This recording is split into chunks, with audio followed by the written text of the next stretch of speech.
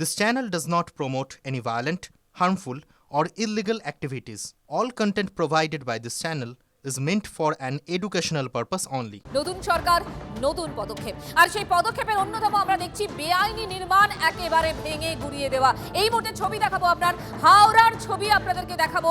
হাওড়াতেও bulldozer চললো এবং বেআইনি নির্মাণ ভেঙে গুড়িয়ে দেওয়া হচ্ছে।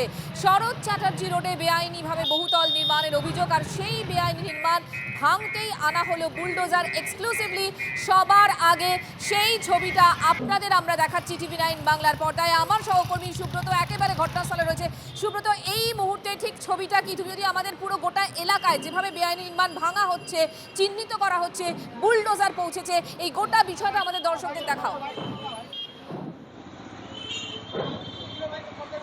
দেখো, একেবারে হাওড়া পুরসভার 44 নম্বর ওয়ার্ড, এই শরৎ চ্যাটার্জি রোড, এখানেই কিন্তু চ্যাটার্জিহাট থানা থেকে সামান্য দূরে এখানেই যে বহুতল বিল্ডিংয়ের আমি ছবিটা দেখাচ্ছি, এই বিল্ডিংয়ের স্যাংশন ছিল G+1, আর সেখানে কিন্তু G+5 করা হচ্ছে। অর্থাৎ বোঝাই যাচ্ছে যে 4টে ওপরের ফ্লোর, সেই ওপরের 4টি ফ্লোর কিন্তু বেআইনিভাবে তৈরি হয়েছে।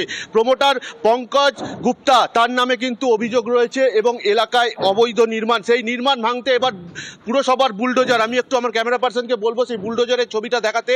এই বুলডোজার দিয়ে কিন্তু যে অবৈধ নির্মাণের অংশ, সেই অংশ ভেঙে গুড়িয়ে দেওয়ার কাজ শুরু হয়েছে এবং পাশাপাশি ভেতরে যে ছাদ, যে ঢালাই কংক্রিটের ছাদ, সেই ছাদও ভেঙে গুড়িয়ে দেওয়ার কাজ চলছে। চ্যাটার্জিহাট থানার পুলিশ যেমন রয়েছে কেন্দ্রীয় বাহিনী, এখানে কেন্দ্রীয় বাহিনীও মোতায়েন রয়েছে।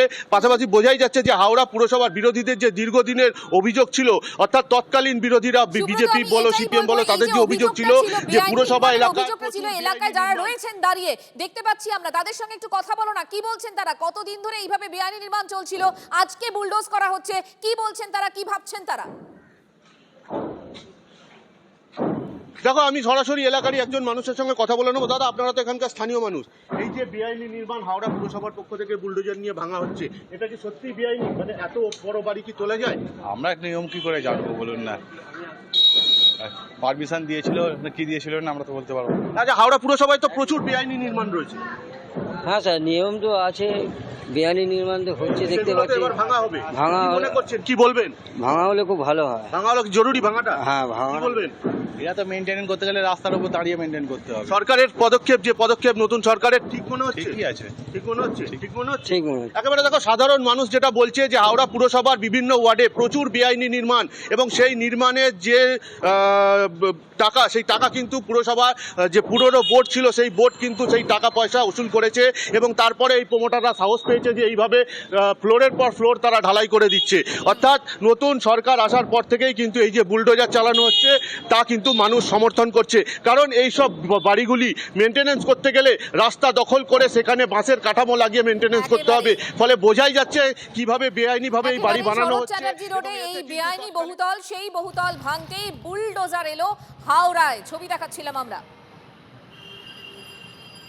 বেআইনি নির্মাণ ভাঙতে এবার হাওড়ায় বুলডোজার, সেই ছবি সবার আগে আপনাদেরকে দেখাচ্ছি। 10 দিনে ইতিমধ্যেই নতুন সরকারের অ্যাকশন এবং সেই অ্যাকশনের মধ্যে অন্যতম হচ্ছে বেআইনি নির্মাণ ভাঙা।